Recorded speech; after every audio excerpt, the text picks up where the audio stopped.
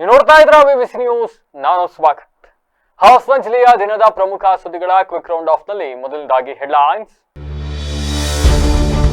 ವಿದ್ಯುತ್ ಸಂಪರ್ಕ ಸಿಗದೆ ಕುಡಿಯುವ ನೀರಿನ ಯೋಜನೆಗಳು ಅಪೂರ್ಣ. ಗ್ರಾಮ ಪಂಚಾಯಿತಿ ಪರವಾನಗಿ ಸಿಗದೆ ಕತ್ತಲಲ್ಲಿ ದಿನ ಕಳೆಯುತ್ತಿರುವ ಕುಟುಂಬಗಳು. ಅಧಿಕಾರಿಗಳ ನಡೆಗೆ ಶಾಸಕ ಸಿಮೆಂಟ್ ಮಂಜು ಆಕ್ರೋಶ. ಭ್ರಷ್ಟಾಚಾರದ ಅಡ್ಡೆಗಳಾಗಿರುವ ರಾಗಿ ಖರೀದಿ ಕೇಂದ್ರಗಳು ತಾಕತ್ತಿದ್ರೆ ಸಿಬಿಐ ತನಿಖೆಗೆ ವಹಿಸಿ. ಶಾಸಕರಿಗೆ ಎನ್ಆರ್ ಸಂತೋಷ್ ಸವಾಲು. ವೈದ್ಯರ ಚೀಟಿ ಇಲ್ಲದೆ ಅಪಾಯಕಾರಿ ಮಾತ್ರೆಗಳ ಮಾರಾಟ. ಆನ್ಲೈನ್ ಔಷಧ ಮಾರಾಟ ನಿಷೇಧಕ್ಕೆ ಆಗ್ರಹ. ಹಾಸನದಲ್ಲಿ ಔಷಧಿ ವ್ಯಾಪಾರಿಗಳಿಂದ ಬೃಹತ್ ಪ್ರತಿಭಟನೆ.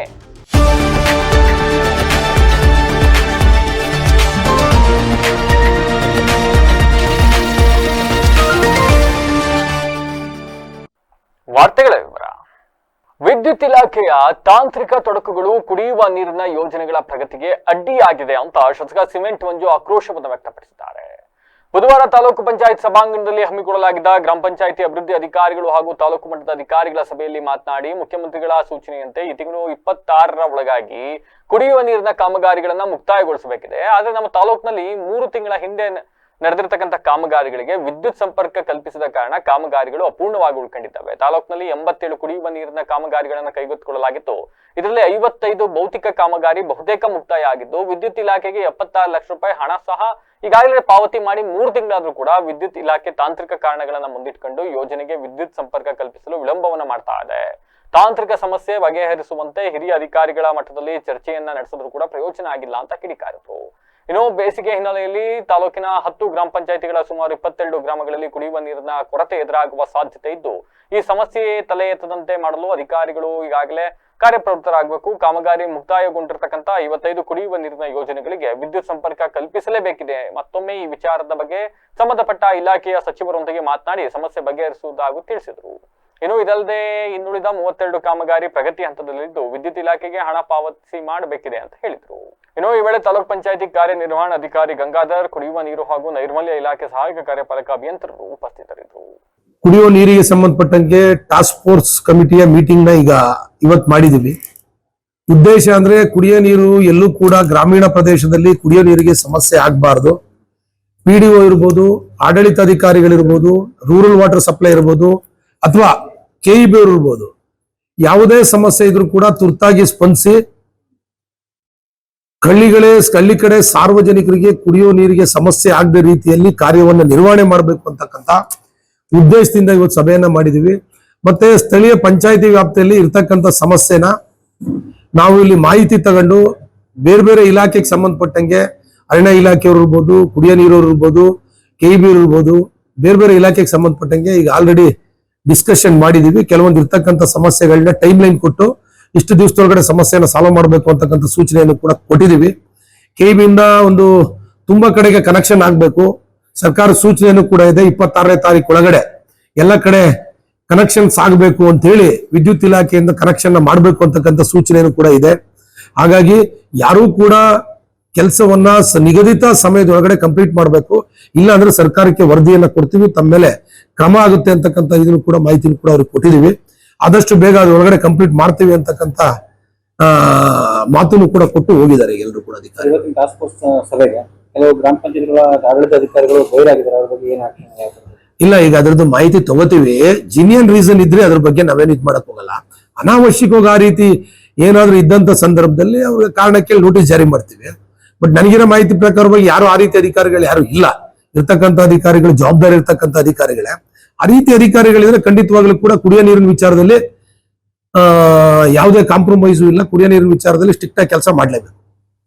ಅರಸೀಕೆರೆ ತಾಲೂಕಿನಲ್ಲಿ ಸಮರ್ಪಕ ಟಿಸಿಗಳಿಲ್ಲದೆ ರೈತರು, ಜನ ಜಾನುವಾರುಗಳ ಕುಡಿಯುವ ನೀರಿಗೂ ಕೂಡ ಅಭಾವ ಉಂಟಾಗಿದೆ ಅಂತ JDS ಮುಖಂಡ ಎನ್ಆರ್ ಸಂತೋಷ್ ಆರೋಪಿಸಿದ್ದಾರೆ. ಸುದ್ದಿಗೋಷ್ಠಿಯಲ್ಲಿಂದು ಮಾತನಾಡಿರ್ತಕ್ಕಂಥ ಅವರು 63 KVಯ 15, 100 KVಯ 15 ಹಾಗೂ 23 KV ಸಾಮರ್ಥ್ಯದ 18 TC ಸೇರಿ ತುರ್ತಾಗಿ 40ರಿಂದ 45 TCಗಳ ಅಗತ್ಯವಿದೆ. ರೈತರು ಅಲ್ದಾಡ್ತಾ ಇದ್ರು ಕೂಡ ಯಾವ ಕೂಡ ಸಿಗ್ತಾ ಇಲ್ಲ. ಹಲವು ವಿಚಾರಗಳಲ್ಲಿ ಪ್ರಧಾನಿ ಮೋದಿ ಅವರಿಗೆ ಸಲಹೆ ನೀಡುವ 4 ಬಾರಿ ಶಾಸಕರಾಗಿರ್ತಕ್ಕಂಥ ಶಿವಲಿಂಗೇಗೌಡರು ಕೂಡಲೇ TC ವ್ಯವಸ್ಥೆಯನ್ನ ಮಾಡಬೇಕು. ಕಳೆದ 20 ದಿನಗಳಿಂದ ಅರಸೀಕೆರೆ ರೈತರ ಸಂಕಷ್ಟ ತೀವ್ರವಾಗಿ ಹೋಗ್ಬಿಟ್ಟಿದೆ. ಮೊದಲೇ ಮಳೆ ಕೊರತೆ ಇದ್ದು ತೆಂಗು, ಅಡಿಕೆ, ರಾಗಿ ಬೆಳೆ ಬಿತ್ತನೆ ಕಾರ್ಯಕ್ಕೂ ಕೂಡ TCಗಳ ಕೊರತೆ ದೊಡ್ಡ ಸಮಸ್ಯೆ ತಲೆದೋಡ್ತಾ ಇದೆ. ಈ ನಡುವೆ ಲೋಡ್ ಶೆಡ್ಡಿಂಗ್ ಸಹ ಜನರನ್ನ ಕಂಗೆಟ್ಟಂತೆ ಮಾಡಿದೆ. 4 ಬಾರಿ ಗೆದ್ದು ಅನುಭವಿಗಳು ಹಿರಿಯ ಶಾಸಕರಾದ ಶಿವಲಿಂಗೇಗೌಡ ಅವರು ದೇಶದ ಸಮಸ್ಯೆಗಳಿಗೆ ಪರಿಹಾರ ಸೂಚಿಸುವ ಮೇಧಾವಿಗಳಿದ್ರು ಕೂಡ ನಮ್ಮ ಅರಸೀಕೆರೆಯ ರೈತರ ಸಂಕಷ್ಟಗಳು ಇವರ ಪಂಚೇಂದ್ರಿಯಗಳಿಗೆ ಸೋಗ್ತಾ ಇಲ್ವಾ ಅಂತ ಮಾರ್ಮಿಕವಾಗಿ ಪ್ರಶ್ನಿಸಿದ್ದಾರೆ. ಮತ್ತೊಂದೆಡೆ ರಾಗಿ ಖರೀದಿ ಮಾಡತಕ್ಕಂತ ನಾಫೆಡ್ ಕೇಂದ್ರಗಳು ಭ್ರಷ್ಟಾಚಾರದ ಕೇಂದ್ರಗಳಾಗಿವೆ ಅಂತ ದೂರಿರ್ತಕ್ಕಂಥ ಸಂತೋಷ್, ರೈತರ ಬೆವರು ಹೊದಿಸಿ ಬೆಳೆದ ರಾಗಿ ಖರೀದಿಯಲ್ಲಿ ಮಧ್ಯವರ್ತಿಗಳ ಹಾವಳಿಯಿಂದ ಅನ್ಯಾಯ ನಡೀತಾ ಇದೆ. ಮೂಲಗಳ ಪ್ರಕಾರ 50 ಕ್ವಿಂಟಲ್ ರಾಗಿಯನ್ನ ಅಲ್ಲಿ ಬಿಡೋಕೆ ಒಬ್ಬ ರೈತನಿಗೆ 11,000 ರೂಪಾಯಿ ಖರ್ಚಾಗುತ್ತೆ. ಮಧ್ಯವರ್ತಿಗಳ ಶಿಫಾರಸಿಲ್ಲದೆ ರಾಗಿ ಮಾರಾಟ ಮಾಡಲು ಆಗದ ಸ್ಥಿತಿ ನಿರ್ಮಾಣ ಆಗಿದೆ. ಇದಕ್ಕೆಲ್ಲ ಶಾಸಕರೇ ನೇರ ಹೊಣೆ ಅಂತ ಆರೋಪಿಸಿದರು. ಇನ್ನು ತಮ್ಮ ರಾಗಿ ಮಾರಾಟ ಮಾಡಲು 16 ದಿನ ಸರತಿ ಸಾಲಿನಲ್ಲಿ ರೈತರು ನಿಲ್ಬೇಕಾಗಿದೆ. ಇದೊಂದು ದೊಡ್ಡ ಹಗರಣ ಆಗಿದ್ದು, ಶಾಸಕರು ಪ್ರಾಮಾಣಿಕರಾಗಿದ್ರೆ ಸಿಬಿಐ ತನಿಖೆಗೆ ವಹಿಸ್ಲಿ ಅಂತ ಸವಾಲ್ ಹಾಕಿದ್ರು. ಇನ್ನು ಸುದ್ದಿಗೋಷ್ಠಿಯಲ್ಲಿ ವಿವಿಧ ಸಮುದಾಯಗಳ ಮುಖಂಡರುಗಳಾದ ಮಹಲಿಂಗಣ್ಣ, ಭಾಸ್ಕರ್, ಉಮೇಶ್, ಭೋಜನಾಯಕ್ ಮತ್ತೆ ಅಮ್ಮನಹಟ್ಟಿ ಅಜ್ಜಪ್ಪ ಹಾಜರಿದ್ದರು. ಬಂಧುಗಳೇ, ಈಗಾಗಲೇ ನಮ್ಮಲ್ಲಿ ಮಳೆ ಸಂಬಂಧಪಟ್ಟಂತೆ ನಿಮ್ಗೆಲ್ರಿಗೂ ಮಾಹಿತಿ ಇದೆ. ಬರ ಮಲೆನಾಡು ಪ್ರದೇಶ ಅಂತ ಹಾಸನಕ್ಕೆ ಮಳೆ ಇಲ್ಲ. ಇನ್ನು ನಮ್ಮದು ಬಯಲುಸೀಮೆ ಅರಸೀಕೆರೆ. ಮಳೆ ನಮಗೆ ಮೊನ್ನೆ ನಮ್ಮ ದೇವೇಗೌಡರ ಹುಟ್ಟಿದಬ್ಬದ ದಿನ ಒಂಚೂರು ಮಳೆ ಬಂದಿದ್ದು ಬಿಟ್ಟರೆ ಅದ್ರ ಹಿಂದೆನೂ ಮಳೆ ಇಲ್ಲ, ಅದಾದ ಮೇಲೂ 2 ಹನಿ ನಾವು ನೋಡೋಕ್ಕೆ ಸಾಧ್ಯ ಆಗಿಲ್ಲ. ನಮ್ಮಲ್ಲಿ ಈ ಮಳೆ ಕೊರತೆ ಜೊತೆಗೆ ನಮ್ಮಲ್ಲಿ ತೆಂಗು, ಸ್ವಲ್ಪ ಮಟ್ಟಿಗೆ ಅಡಿಕೆ, ರಾಗಿ ಬೆಳೆ ನಮ್ಮಲ್ಲಿ ಜಾಸ್ತಿ. ಭಾಳ ದೊಡ್ಡ ಸಮಸ್ಯೆ ನಮಗೆ ಟಿ ಸಿಗಳದು ಕಾಡ್ತಾ ಇದೆ. ಟಿ ಸಿಗಳ ಸಮಸ್ಯೆ ಯಾವ ಮಟ್ಟಕ್ಕಿದೆ ಅಂತಂದರೆ, ಕನಿಷ್ಠ ಕಳೆದ ಒಂದು 25-30 ದಿನಗಳಿಂದ ಟಿ ಸಿಗಳು ಒಂದೂ ಕೂಡ ಅವೈಲೇಬಲ್ಲೇ ಇಲ್ಲ. ರೈತ ಪ್ರತಿನಿತ್ಯ KEB ಕಚೇರಿಗೆ ಅಲೆಯೋದು, ನಾಳೆ ಬಾ ನಾಳೆ ಬಾ ನಾಳೆ ಬಾ ಅನ್ನೋ ಕತೆ ಕೇಳ್ಕೊಂಡು ವಾಪಸ್ ಬರೋದು ಬಿಟ್ಟರೆ ಟಿ ಸಿ ಸಮಸ್ಯೆ ನಮ್ಮಲ್ಲಿ ಅತ್ಯಧಿಕವಾಗಿ ಕಾಡ್ತಾ ಇದೆ. ಡಬಲ್ಲಿ ಅಸಹಾಯಕರಾಗಿದ್ದಾರೆ, ಎಕ್ಸಿಕ್ಯೂಟಿವ್ ಇಂಜಿನಿಯರ್ ಅಸಹಾಯಕತೆ ವ್ಯಕ್ತಪಡಿಸ್ತಾ ಇದ್ದಾರೆ. ಇದನ್ನು ಗಮನಿಸಬೇಕಾದಂಥ ನಮ್ಮ 4ನೇ ಬಾರಿ ಶಾಸಕರು, 3ನೇ ಬಾರಿ ಗೃಹ ಮಂಡಳಿ ಅಧ್ಯಕ್ಷ ಆಗಿರ್ತಕ್ಕಂಥ ಸನ್ಮಾನ್ಯ ಶಿವಲಿಂಗಣ್ಣ ಅವರು ಬೆಂಗಳೂರಲ್ಲಿ ಕೂತ್ಕೊಂಡು ಪ್ರಧಾನಮಂತ್ರಿ ನರೇಂದ್ರ ಮೋದಿಜಿರವ್ರಿಗೆ ಸಲಹೆ ಕೊಡ್ತಾರೆ. ಪೆಟ್ರೋಲ್ ಡೀಸೆಲ್ ಹೆಂಗೆ ಸ್ಟಾಕ್ ಇಟ್ಕೊಬೇಕಿತ್ತು ಅನ್ನೋ ಸಲಹೆ ಕೊಡುವಂಥ ಪುಣ್ಯಾತ್ಮ ಶಿವಲಿಂಗಣ್ಣ ಅವರು ತಮ್ಮ ಸ್ವಕ್ಷೇತ್ರದಲ್ಲಿ ರೈತ ಬಾಂಧವರು ಅನುಭವಿಸ್ತಿರ್ತಕ್ಕಂಥ ಟಿ ಸಿ ಕೊರತೆಯನ್ನು ನಿವಾರಣೆ ಮಾಡೋದ್ರ ನಿಟ್ಟಿನಲ್ಲಿ ಅವ್ರ ಪ್ರಯತ್ನ ಶೂನ್ಯ. ನಮಗೆ ತುರ್ತಾಗಿ 63 KV, 100 KV ಮತ್ತು 23 KVಯ ಟಿ ಸಿಗಳು ಸುಮಾರು 40-45 ಟಿ ಸಿ ತುರ್ತಾಗಿ ಬೇಕಾಗಿದೆ. ಕಳೆದ 25-30 ದಿನಗಳಿಂದ ನಿರಂತರವಾಗಿ ರೈತ KEB ಕಚೇರಿಗಳಿಗೆ ಎಡತಾಗ್ತಾ ಇದ್ರು ಕೂಡ ನಿಯಮ ಬಾಹಿರವಾಗಿ ನಡೀತಾ ಇರತಕ್ಕಂತ ಆನ್ಲೈನ್ ಔಷಧ ಮಾರಾಟವನ್ನ ತಕ್ಷಣವೇ ನಿಷೇಧಿಸಬೇಕು ಅಂತ ಆಗ್ರಹಿಸಿ ಹಾಸನ ಜಿಲ್ಲಾ ಔಷಧಿ ವ್ಯಾಪಾರಿಗಳ ಕ್ಷೇಮಾಭಿವೃದ್ಧಿ ಸಂಘದ ವತಿಯಿಂದ ಇಂದು ನಗರದಲ್ಲಿ ಪ್ರತಿಭಟನೆ ನಡೆಸಲಾಯಿತು. ಪ್ರತಿಭಟನೆಯ ನೇತೃತ್ವ ವಹಿಸಿ ಮಾತನಾಡಿದ ಸಂಘದ ಅಧ್ಯಕ್ಷರಾದ ಸಣ್ಣ ಮಂಜೇಗೌಡ ಅವರು, ಕೋವಿಡ್ ಸಂಕಷ್ಟದ ಸಮಯದಲ್ಲಿ ತಾತ್ಕಾಲಿಕವಾಗಿ ಆರಂಭವಾದ ಈ ಫಾರ್ಮಸಿ ವ್ಯವಸ್ಥೆಯು ಪ್ರಸ್ತುತ ಸಾರ್ವಜನಿಕ ಆರೋಗ್ಯದ ಮೇಲೆ ತೀವ್ರ ವ್ಯತಿರಿಕ್ತ ಪರಿಣಾಮವನ್ನು ಬೀರ್ತಾ ಇದ್ದಾವೆ ಅಂತ ಕಳವಳವನ್ನು ವ್ಯಕ್ತಪಡಿಸಿದರು. ಯಾವುದೇ ಅಧಿಕೃತ ವೈದ್ಯರ ಪ್ರಿಸ್ಕ್ರಿಪ್ಷನ್ ಇಲ್ಲದೆಯೂ ಕೂಡ ಆಂಟಿಬಯೋಟಿಕ್ ಹಾಗೂ ಮತ್ತು ಭರಿಸುವಂತ ಅಪಾಯಕಾರಿ ಔಷಧಿಗಳು ಆನ್ಲೈನ್ ನಲ್ಲಿ ಸರಾಗವಾಗಿ ಸಿಗ್ತಾ ಇರ್ತಕ್ಕಂಥದ್ದು ಯುವ ಪೀಳಿಗೆ ಹಾಗೂ ಸಾರ್ವಜನಿಕರು ತಪ್ಪು ದಾರಿ ತುಳಿದು ಔಷಧ ವ್ಯಸನಿಗಳಾಗ್ತಾ ಇದ್ದಾರೆ ಅಂತ ಅವರು ಕಳವಳವನ್ನ ವ್ಯಕ್ತ ಹಾಕಿದ್ದಾರೆ. ಮತ್ತೊಂದು ಕಡೆ ದೊಡ್ಡ ದೊಡ್ಡ ಕಾರ್ಪೊರೇಟ್ ಕಂಪನಿಗಳು ಭಾರಿ ರಿಯಾಯಿತಿಯನ್ನ ನೀಡಿ ಗ್ರಾಹಕರನ್ನ ಸೆಳೀತಾ ಇದ್ದಾವೆ. ವರ್ಷಗಳಿಂದ ಕಾನೂನುಬದ್ಧವಾಗಿ ವ್ಯಾಪಾರ ಮಾಡ್ತಾ ಇರ್ತಕ್ಕಂಥ ಸ್ಥಳೀಯ ಚಿಲ್ಲರೆ ಔಷಧಿ ವ್ಯಾಪಾರಿಗಳ ಬದುಕು ಬೀದಿಗೆ ಬೀಳುವಂತಾಗ್ಬಿಟ್ಟಿದೆ ಇದರಿಂದ ಅಂತ ಪ್ರತಿಭಟನಾಕಾರರು ಅಳಲನ್ನು ತೋಡಿಕೊಂಡಿದ್ದಾರೆ. ಇನ್ನು ಜನಸಾಮಾನ್ಯರ ಆರೋಗ್ಯದ ಹಿತದೃಷ್ಟಿಯಿಂದ ಮತ್ತೆ ಲಕ್ಷಾಂತರ ಸಾಂಪ್ರದಾಯಿಕ ವ್ಯಾಪಾರಿಗಳ ರಕ್ಷಣೆಗಾಗಿ ಸರ್ಕಾರ ತಕ್ಷಣವೇ ಈ ಆನ್ಲೈನ್ ಔಷಧ ದಂಧೆಯನ್ನ ಸ್ಥಗಿತಗೊಳಿಸಬೇಕು ಅಂತ ಒತ್ತಾಯಿಸಿದರು. ಇನ್ನು ಇಂದು ನಡೆದ ಪ್ರತಿಭಟನೆಯಲ್ಲಿ ಸಂಘದ ಪ್ರಮುಖ ಪದಾಧಿಕಾರಿಗಳು ಹಾಗೂ ನೂರಾರು ಸದಸ್ಯರು ಪಾಲ್ಗೊಂಡು ಸರ್ಕಾರದ ವಿರುದ್ಧ ಘೋಷಣೆಗಳನ್ನ ಕೂಗಿದ್ರು. ಬಳಿಕ ಜಿಲ್ಲಾಧಿಕಾರಿಗಳನ್ನ ಭೇಟಿ ಮಾಡಿ ಈ ಕುರಿತು ಸೂಕ್ತ ಕ್ರಮ ಕೈಗೊಳ್ಳುವಂತೆ ಆಗ್ರಹಿಸಿ ಅಧಿಕೃತ ಮನವಿ ಪತ್ರವನ್ನು ಕೂಡ ಸಲ್ಲಿಸಿದ್ರು.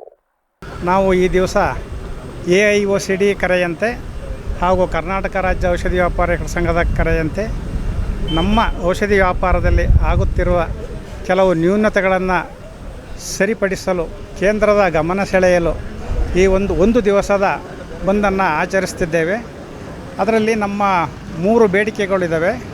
ಒಂದು, ಆನ್ಲೈನ್ ಬಿಸ್ನೆಸ್ ಅಂತ ಏನಿದೆ ಅದನ್ನು ಒಂದು ಬಂದ್ ಮಾಡಬೇಕು. ಹಾಗೂ ಕಾರ್ಪೊರೇಟ್ ಡಿಸ್ಕೌಂಟ್ಸ್ ಕೆಲವು ಕಂಪ್ನಿಗಳು ಕೊಟ್ಟು ನಮ್ಮ ಕೆಮಿಸ್ಟ್ರನ್ನ ವೃತ್ತಿನ ಕಿತ್ಕೊಳ್ತಾ ಇದ್ದಾರೆ, ಅದನ್ನು ಬಂದ್ ಮಾಡಬೇಕು. ಹಾಗೂ ಸ್ಪೂರಿಯಸ್ ಡ್ರಗ್ಸ್ ಅಮಲು ಬರುವಂಥ ಔಷಧಿಗಳು ಅಥವಾ ಬೇರೆ ಲೋ ಕೊಂಡರ್ಡ್ ಔಷಧಿ ನಾರ್ಕೋಟಿಕ್ಕು ಸೈಕಾಟ್ರಿಕ್ ಡ್ರಗ್ಸ್ಗಳು ಈ ಥರದವೆಲ್ಲ ಯಥೇಚ್ಛವಾಗಿ ನಮ್ಮ ಅಲ್ಲ ಅದೇ ಆ ವಿಚಾರವಾಗಿ ಬಂದ್ ಮಾಡ್ತಾ ಇರೋದು, ಆ ವಿಚಾರವಾಗಿ ಬಂದ್ ಮಾಡ್ತಾ ಇದ್ದೀವಿ. ಇದರಲ್ಲಿ ಹೌದು, ಕೆಲವರು ಕಪ್ಪು ಪಟ್ಟಿ ತಕ್ಷಣ ನೈತಿಕ ಬೆಂಬಲ ಕೊಡ್ತೀವಿ ಅಂತ ಮಾಡಿದ್ದಾರೆ. ನಾವು ಎಲ್ಲರ ಹಿತದೃಷ್ಟಿಯಿಂದಲೇ ಈ ಬಂದ್ ಮಾಡ್ತಾಯಿದ್ದೀವಿ. ಆದರೆ ಕೆಲವರು ನಿಮಗೆ ನೈತಿಕ ಬೆಂಬಲ ಕೊಡ್ತೀವಿ, ನಾವು ತಕ್ಕಂದು ಮಾಡ್ತೀವಿ ಅಂದರೂ ನಾವು ಯಾರಿಗೂ ಬಲವಂತವಾಗಿ ಏನು ಮಾಡಿಲ್ಲ. ಪೇಷಂಟ್ಗಳಿಗೆ ಜನಗಳಿಗೆ ತೊಂದರೆ ಆಗಬಾರ್ದು ಅಂತ ಆಲ್ ನರ್ಸಿಂಗ್ ಹೋಮ್ ಕೌಂಟರ್ಸು ನಾವು ಯಾರಿಗೂ ಬಂದು ಕರೆ ಕೊಟ್ಟಿಲ್ಲ, ಅವರೆಲ್ಲ ಓಪನ್ ಮಾಡ್ಕೊಂಡಿದ್ದಾರೆ. ಕೆಲವು ನಮ್ಮ ರೀಟೇಲರ್ ಬಾಂಧವರು ಕೆಲವು ತಗೊಂಡಿದ್ದಾರೆ. ಅದಕ್ಕೆ ನಾವೇನು ರಿಸ್ಟ್ರಿಕ್ಷನ್ ಮಾಡಿ ಬಲವಂತವಾಗಿ ಮುಚ್ಚಕ್ಕೆ ಹೋಗ್ತಾ ಇಲ್ಲ. ಈ ಒಂದು ನಮ್ಮ ಬೇಡಿಕೆಯನ್ನು ಈಡೇರಿಸಲಿ, ಕೇಂದ್ರ ಸರ್ಕಾರದವ್ರು ಈಡೇರಿಸಲಿ ಇದು ಅಂತ ಹೇಳಿಬಿಟ್ಟು ಇದು ಒನ್ ಡೇ ಬಂದಿದೆ. ರಾತ್ರಿ 1 ಗಂಟೆಯಿಂದ ಈ ಮಧ್ಯರಾತ್ರಿ 1 ಗಂಟೆವರೆಗೂ ಅವರು ಕರೆ ಕೊಟ್ಟಿರೋದು. ಅದರಲ್ಲಿ ನಾವು ತೊಂದರೆ ಆಗಬಾರ್ದು ಅಂತ ಸ್ವಲ್ಪ ರಿಲೀಸ್ ಸಾಯಂಕಾಲ ಮೇಲೆ ಬೇಕಾದ್ರೆ ಓಪನ್ ಮಾಡಿ ಅಂತ ನಾವು ಹೇಳಿದ್ದೀವಿ. ನಾವು ಬೇರೆ ಯಾರಿಗೂ ಜನಗಳಿಗೆ ತೊಂದರೆ ಆಗಬಾರ್ದು ಅನ್ನೋ ದೃಷ್ಟಿಯಲ್ಲಿ ನಾವು ಬಂದ್ ಮಾಡ್ತಾಯಿದ್ದೀವಿ. ಇದ್ರಿಗೆ AIOCD ಗಮನ ಹಾಗೂ ಕೇಂದ್ರ ಸರ್ಕಾರದ ಗಮನ ಸೆಳೆಯೋಕ್ಕೆ ನಾವು ಈ ಒಂದು ಬಂದನ್ನು ಆಚರಿಸ್ತಾ ಇದ್ದೀವಿ. ಈ ಆನ್ಲೈನ್ ಬಿಸ್ನೆಸ್ಸು ಕೋವಿಡ್ ಟೈಮ್ನಲ್ಲಿ ಕೊಟ್ಟಂಥ ಒಂದು ಇದು ಪರ್ಮಿಷನ್ನು. ಆಗ ಎಮರ್ಜೆನ್ಸಿ ಔಷಧಿಗಳಿತ್ತು, ಜನಗಳಿಗೆ ತಲುಪಿಸೋಕೆ ಆಗ್ತಿರಲಿಲ್ಲ. ಈಗ ಮತ್ತೊಮ್ಮೆ ಹೆಡ್ಲೈನ್ಸ್. ವಿದ್ಯುತ್ ಸಂಪರ್ಕ ಸಿಗದೆ ಕುಡಿಯುವ ನೀರಿನ ಯೋಜನೆಗಳು ಅಪೂರ್ಣ. ಗ್ರಾಮ ಪಂಚಾಯಿತಿ ಪರವಾನಗಿ ಸಿಗದೆ ಕರ್ತದಲ್ಲಿ ದಿನ ಕಳೆಯುತ್ತಿರುವ ಕುಟುಂಬಗಳು. ಅಧಿಕಾರಿಗಳ ನಡೆಗೆ ಶಾಸಕ ಸಿಮೆಂಟ್ ಮಂಜು ಆಕ್ರೋಶ. ಭ್ರಷ್ಟಾಚಾರದ ಅಡ್ಡೆಗಳಾಗಿರುವ ರಾಗಿ ಖರೀದಿ ಕೇಂದ್ರಗಳು ತಾಕತ್ತಿದ್ರೆ ಸಿಬಿಐ ತನಿಖೆಗೆ ವಹಿಸಿ. ಶಾಸಕರಿಗೆ NR ಸಂತೋಷ್ ಸವಾಲು. ವೈದ್ಯರ ಚೀಟಿ ಇಲ್ಲದೆ ಅಪಾಯಕಾರಿ ಮಾತ್ರೆಗಳ ಮಾರಾಟ, ಆನ್ಲೈನ್ ಔಷಧ ಮಾರಾಟ ನಿಷೇಧಕ್ಕೆ ಆಗ್ರಹ. ಅಸ್ಸಾಂನಲ್ಲಿ ಔಷಧಿ ವ್ಯಾಪಾರಿಗಳಿಂದ ಬೃಹತ್ ಪ್ರತಿಭಟನೆ. ಇದಾಗಿತ್ತು ಹೊತ್ತಿನ ವಿಶೇಷ. ನಿರಂತರ ಸುದ್ದಿಗಾಗಿ ನೋಡ್ತಾ ಇರಿ BBC TV, ಸತ್ಯದ ಕಡೆ ನಮಸ್ತೆ.